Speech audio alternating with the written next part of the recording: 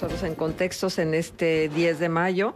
Y bueno, recibimos con mucho cariño, mucho agrado la presencia como conductor invitado del doctor Jorge Yamil Darwich Ramírez, ex rector de la UAL, catedrático, experto en temas de educación, retos sociales, manipulación política, pero también articulista, que yo te leo siempre, Yamil, y te leo con gran expectativa, porque siempre aprendo algo, y nos da muchísimo gusto que hayas aceptado estar con nosotros esta mañana. No, al contrario, el gusto es para mí. Les agradezco a Grem, a ti particularmente, una persona ya, una trayectoria muy larga en el periodismo radiofónico, que eres ejemplo, y platicaba ahorita, deberían de robarte en la Guadalajara algún curso.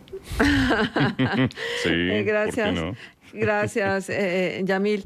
Bueno, nos gustaría que empezáramos hablando de tu trayectoria y de tu vinculación con estos temas que para nosotros son siempre temas importantísimos. Tiene que ver con la educación, tiene que ver con los retos sociales de México. Estamos en un momento pues muy álgido, ahora sí, lleno de una temperatura poco agradable, porque estamos en plenas campañas electorales. Hay mucha manipulación, como lo decíamos. Y hay poco pensamiento crítico, hay poco desarrollo del pensamiento crítico. Yamil, ¿cuáles son las circunstancias que privan en este momento, desde tu perspectiva, socialmente, en el terreno de la educación, en el terreno del desarrollo humano? Mira, muchas gracias primero, y antes que nada déjeme decirle que muchas felicidades a las mamás. Ah, claro. Después se me escapa. Y decirte que realmente estamos viviendo un pequeño retroceso en lo que era la planeación educativa de México. Desgraciadamente, nuestras autoridades federales no entienden que el secreto del crecimiento, del desarrollo de un país está en gente bien educada. Y desafortunadamente están haciendo ellos todo lo necesario para que nos deseduquemos. De hecho, había el principio fundamental para los educadores viejos, porque veo que estoy con educadores también, el que nosotros buscábamos no solamente instruir, sino educar. Instruir es enseñar cosas. Educar es enseñar para qué debemos aprender y cómo vamos a aplicar esas cosas. Y desafortunadamente en ese camino de algunas instituciones que se estaban siguiendo, estoy hablando del sistema estatal y federal, se ha ido perdiendo por dedicarnos más a tratar de alcanzar la modernidad de los medios digitales de comunicación, que es necesario, absolutamente necesario.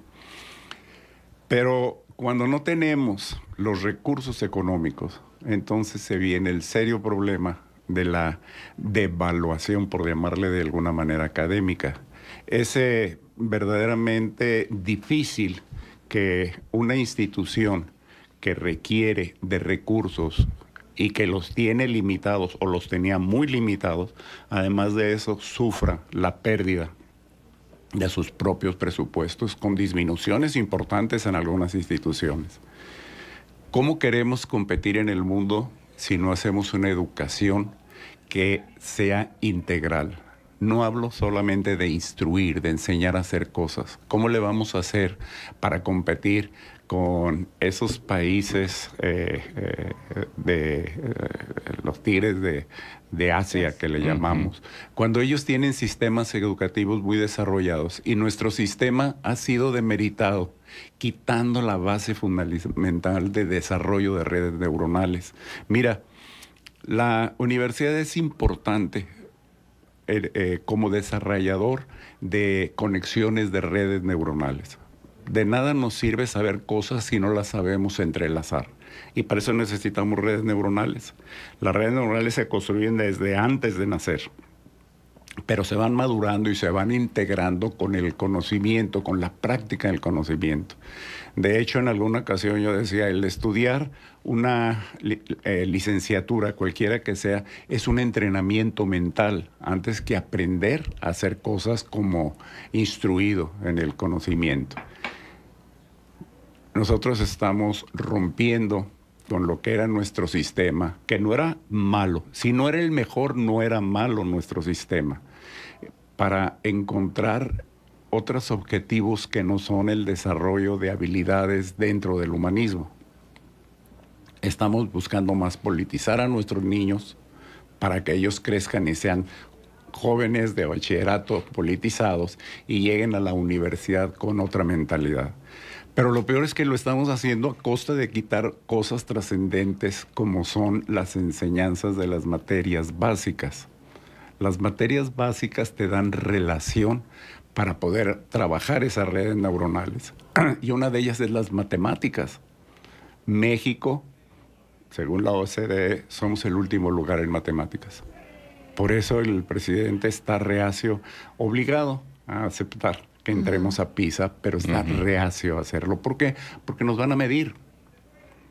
Y cuando tú mides, entonces sabes qué te falta y hacia dónde puedes ir. ¿Qué tan efectivo has venido siendo en tus esfuerzos?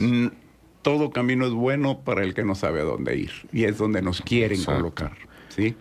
Entonces, creo que ahora, en esta situación política que me hacías la pregunta, Marcela, tenemos que entender los mexicanos qué queremos. Si verdaderamente queremos salir de donde estamos o queremos seguir en la inercia de la comodidad, del confort. Si nos vamos al análisis, si la gente calcula que López Obrador y ahora Claudia tienen cerca de 30 millones de votos, más o menos. Si nos ponemos a pensar, 30 millones de votos son muchos votos si no cuentan con los votos de las personas que pueden cambiar esa actitud, esa orientación política. Y resulta que no lo estamos haciendo hasta ahora. Y el mejor ejemplo te lo voy a poner. Las últimas 2 manifestaciones que ha habido en La Laguna de la oposición no han sido tan numerosas como deberían de ser. Fueron en domingo. ¿Qué estaban haciendo? Pues bueno, mucha gente tenía frío, porque la primera fuente en frío, luego tenía calor, no tenía ganas, estaba cansado, es mi domingo de descanso, mejor me voy a comer un menudito, y 1000 cosas antes de dedicarte a entender y participar proactivamente en tu país. Bueno, pues si logra México cambiar esto, entonces podremos recuperar algo de la educación. Algunos autores, algunos investigadores dicen, bueno, aun cuando cambiemos y viremos y vayamos hacia la educación moderna, bueno, vamos a necesitar cuando menos 12 años, 2 sexenios, para poder ponernos en los rieles para competir con japoneses, con taiwaneses, con todo ese tipo de personas. Entonces, a la pregunta que me haces es, yo pienso que tenemos que encontrar la manera de que nuestros mexicanos salgan a una vida mejor, pero a partir de darles los instrumentos para que puedan conseguir ellos la vida mejor. Sí, fíjate, Yamil, que el miércoles platicábamos con Marta Castro, investigadora del IMCO, sobre este artículo que publicaron, Educación en tiempos electorales. Hicieron un análisis, primero de cómo estamos en educación en términos generales, con algunos datos bastante interesantes, y luego si hay propuestas en educación por parte de los candidatos a la presidencia, que son muy raquíticas y son muy pocas, como siempre en este tema, pese a lo importante que es. Y había situaciones como, por ejemplo, que ahora mismo la escolarización en educación básica es la más baja desde hace 20 años, que hay 1.2 millones de niños en edad de escolaridad obligatoria que ya no regresaron a las aulas después de la pandemia.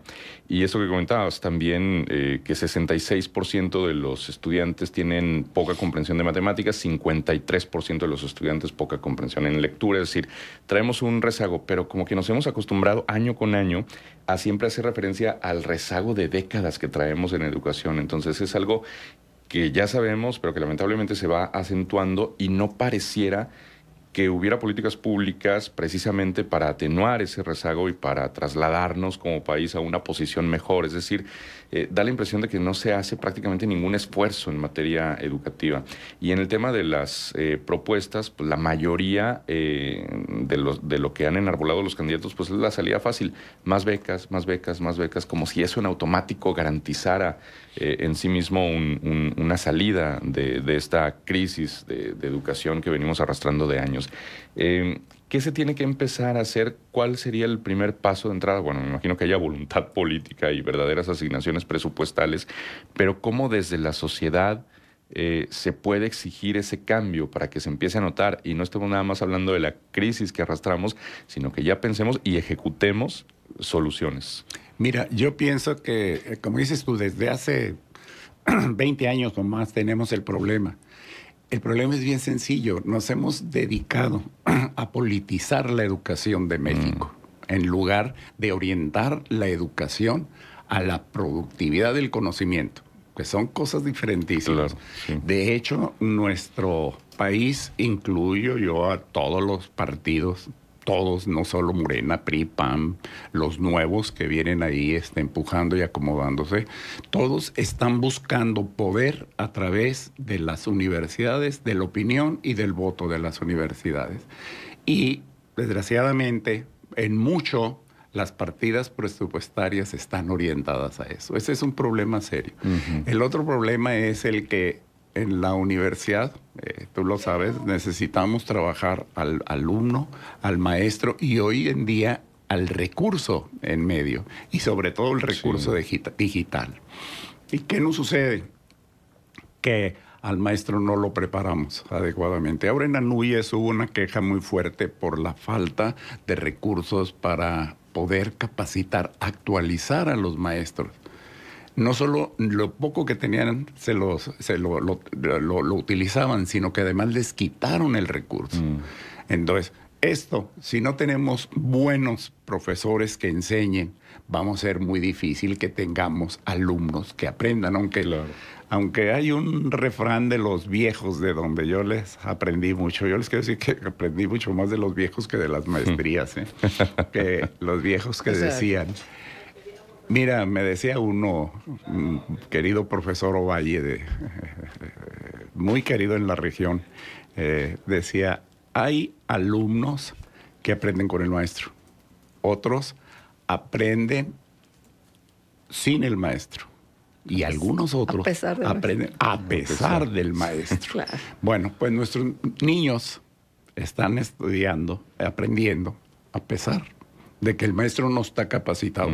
Tenemos un montón de muy buenas personas como médicos, como profesores, muy buenos, pero necesitamos esas buenas personas, darles herramientas para que transmitan la bondad. Eso no lo hacemos. El otro punto, nuestros alumnos. Nuestros alumnos necesitan de soportes importantes, económicos, primer problema. Sí, exacto. Y ahí nos estamos separando entre ricos y pobres. Si no tenemos una educación del Estado de calidad, vamos a provocar mayor separación entre ricos y pobres.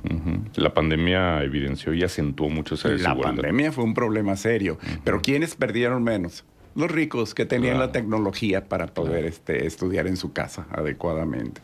Luego, a los niños hay que darles el apoyo. Estoy yéndome desde la primaria hacia adelante porque las consecuencias se ven en bachillerato y en la universidad.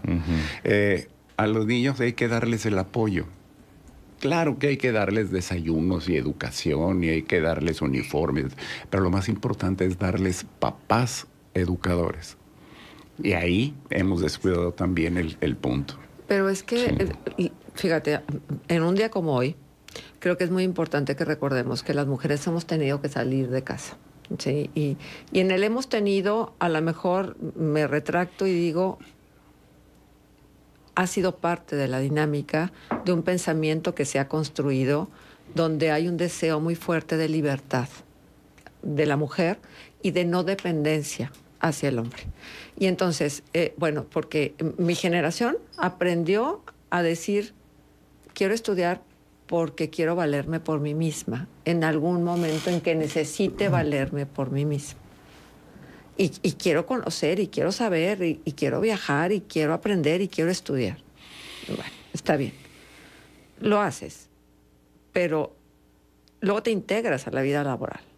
Y entonces, en este integrarte a la vida laboral, la madre que es esencialmente formadora, nada más por el tiempo que se supone que pasábamos con los hijos, todo el día, y el hombre que salía a trabajar eventualmente, piquitos durante el día, nosotros ya perdimos esa materia prima que se llamaba formar para formar.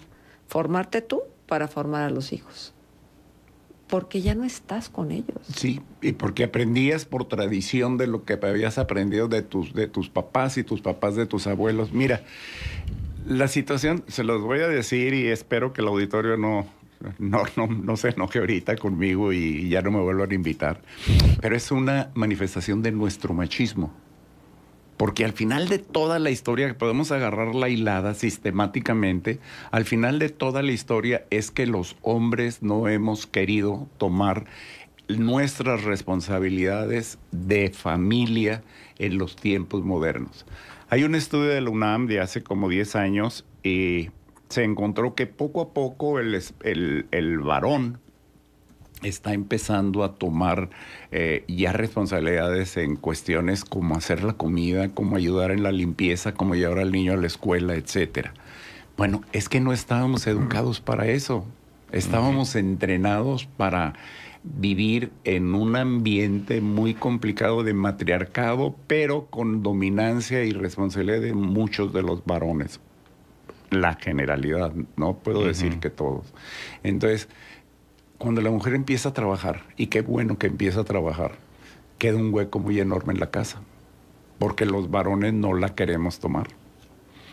En lo particular yo lo viví cuando me quedé viudo. Entonces aprendí mucho de lo valioso que es la educación. Educar es sacar lo mejor de cada quien. Y nos debemos de dedicar en nuestros hijos a educarlos lo mejor posible. Son la escuela, la primera escuela, la fundamental, exacto, está en la casa. Y la mamá tiene que trabajar porque pues ya no nos alcanza. Tan sencillo como eso. Es una dinámica distinta, ya hay que aceptarla. Entonces es una dinámica distinta y lo que dices es muy cierto, Marcela. Se hicieron aspiracionistas, ¿sí? Y tienen razón. Y además te quiero decir, nuestras mejores maestras, nuestras mejores alumnas son mujeres. Hasta donde yo fui rector, los primeros lugares siempre eran para mujeres. La oradora oficial, que era el más alto promedio de la generación, era una mujer de 10 veces 9 o 9.5 de veces, ¿sí? Y qué bueno que están entrando, pero necesitamos no que las regresemos a la casa, necesitamos que los varones tomemos la corresponsabilidad de educar. Y ahí tenemos mucho problema. Es que volvemos al conflicto que se suscita en la diferencia entre educar y formar, ¿sí? Porque te dicen, bueno, es que académicamente vas a la escuela, pero la formación de valores, la formación de cómo te plantas frente a la vida es en casa. Y entonces, de pronto hoy los papás quieren que en las escuelas ocurra todo, que no necesariamente en la casa. Para eso pago. Algunos dicen así. Ese es el argumento. Se escucha pero además mucho. Con un reclamo muy, muy fuerte. Entonces, como que andamos confundidos, ¿no? Sí. Sí, porque es en general uno de nuestros problemas como seres humanos, como latinoamericanos, el que a veces siempre buscamos quién tiene la culpa. Bueno, yo no quiero salir a caminar a la política, pero lo tenemos ahora en el ejemplo. Nuestro presidente tiene la culpa a todo el mundo en el pasado, menos él. Bueno, él lo mamó en el sistema político mexicano, esas respuestas. Y ahora las está aplicando. Pero él es un ejemplo de todos los mexicanos. Muchos de nosotros, quizás el estudio de la UNAM que les decía, muestra que el profesionista, normalmente tiene alguna participación y compromiso ya en la educar y en el hogar. Pero si nos salimos del formado académicamente a nivel universitario o a nivel de bachillerato, cuando menos, el varón quiere ser el amo de la casa, el amo, ¿sí? No el jefe, que es diferente también. Pues no te creas, fíjate que las nuevas generaciones ya traen pues otra manera de entender la vida, porque pues evidentemente ya vienen ellos formados por madres que trabajaron. Sí. Pero todavía hay mucha oportunidad por delante. La cuestión está en que se tiene que hablar ¿qué es lo que se desea transmitir a los hijos? Es que estas son cosas que no se hablan y se dan por hecho.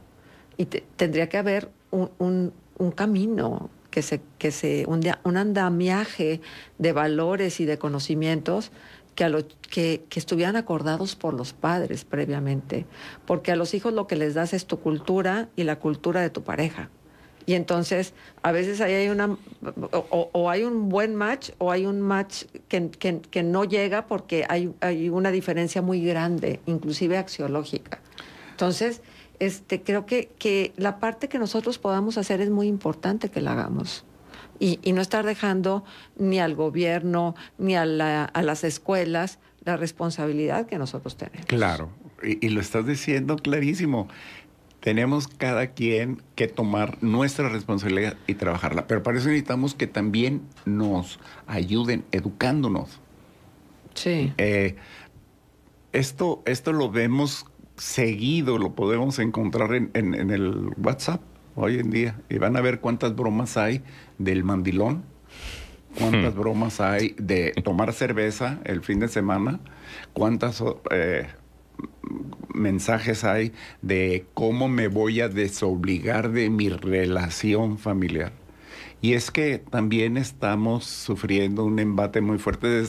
Hay un autor, Francis Fukuyama, que es hermosísimo en sus investigaciones, y él habla precisamente de cómo se está disgregando la familia, o cómo empezó a disgregar la familia a finales del siglo pasado. Y las consecuencias las estamos teniendo ahora. Entonces, esa responsabilidad de educar... Unos 15 segundos antes del corte. Pero si quieres terminar la idea. Bueno, el que esto es importante, el que esa función de educar la retomemos, la entendamos, sin que pensemos que nos están quitando nuestra individualidad y nuestras aspiraciones a ser. Exactamente. Muy bien. Vamos a la pausa, regresamos enseguida.